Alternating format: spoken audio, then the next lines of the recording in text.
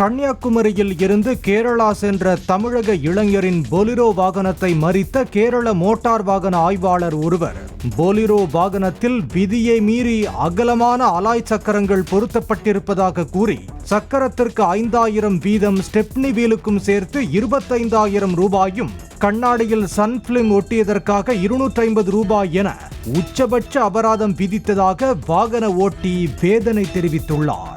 இந்த வீல் நம்ம போடக்கூடாதாமா?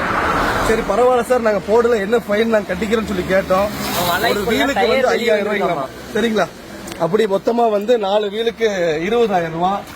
ரெண்டாவது இந்த வீலுக்கு அதுக்கு எவ்வளவு போட்டிருக்காங்க, அதுக்கு ஒரு 5000 ரூபாய், சரிங்களா? இந்த சன் பிலிம் 50% ஆர்டிஓ நார்ம்ஸ்ல தான் நம்ம ஒட்டி இருக்கோம், அதுக்கு ஒரு 250.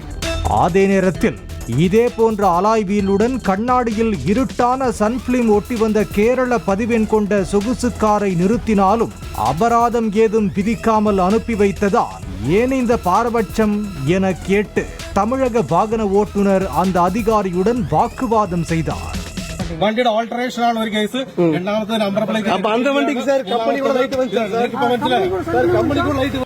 ஒரு ஃபார்ச்சுனர் வெஹிக்கிள் KL 08CA 2000 அந்த வண்டியில பாத்தீங்கன்னா எக்ஸ்ட்ரா எல்லா லைட் போட்டிருப்பாங்க. ஒன்னு மேல அந்த மைனூட்டான சின்ன சின்ன லைட், அந்த LED லைட் 4 லைட் போட்டிருப்பாங்க. அதை நீங்க வாட்ச் பண்ண தெரியும். பிளஸ் அந்த வீல் அலாய் வீல் அந்த ஃபார்ச்சுனர்ல போட்டிருக்காங்க. அதுல full and full dark sun film ஒட்டிருக்காங்க.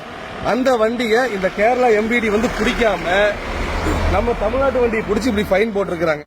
இதையடுத்து அந்த கேரள அதிகாரி பொலிரோ வாகனத்தில் ஏதாவது மாடிஃபிகேஷன்கள் செய்யப்பட்டுள்ளதா என்பதை அறிய டேப் வைத்து அளந்து பார்த்தார்.